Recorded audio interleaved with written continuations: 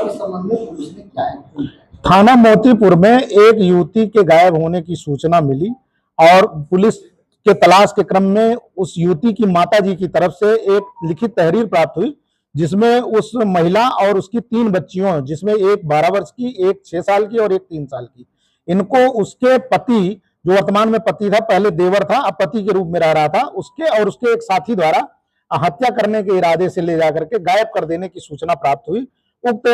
सूचना पर तत्काल संबंधित धारा में अभियोग पंजीकृत करते हुए घटना के अनावरण के लिए पुलिस टीम लगी और इसमें जो नामित अभियुक्त है, जो गायब युवती थी, उसके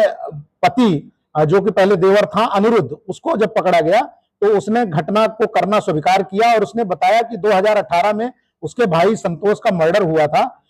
जिसकी पत्नी थी जो गायब हुई है, और उस मर्डर में एक मुख्य षड्यंत्रकारी के रूप में अनिरुद्ध स्वयं जेल गया था अपने भाई की हत्या में, और वहां से आने के बाद में अपनी भाभी और उसकी एक बेटी दोनों को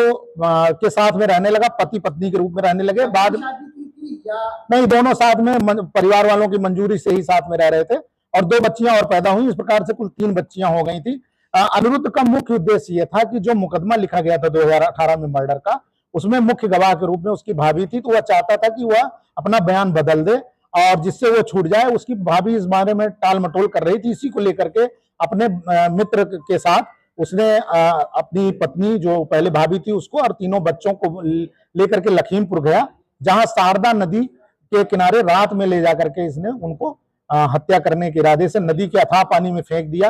और उसके बाद ये वापस चला आया। पुलिस ने इससे जब पूछताछ की है, पूरी घटना कबूल किया है, अपने साथी का नाम बताया है और इसकी निशानदेही पर घटना स्थल के आसपास से बच्चों के कपड़े, जूते भी और उस महिला के भी कपड़े बरामद हुए हैं।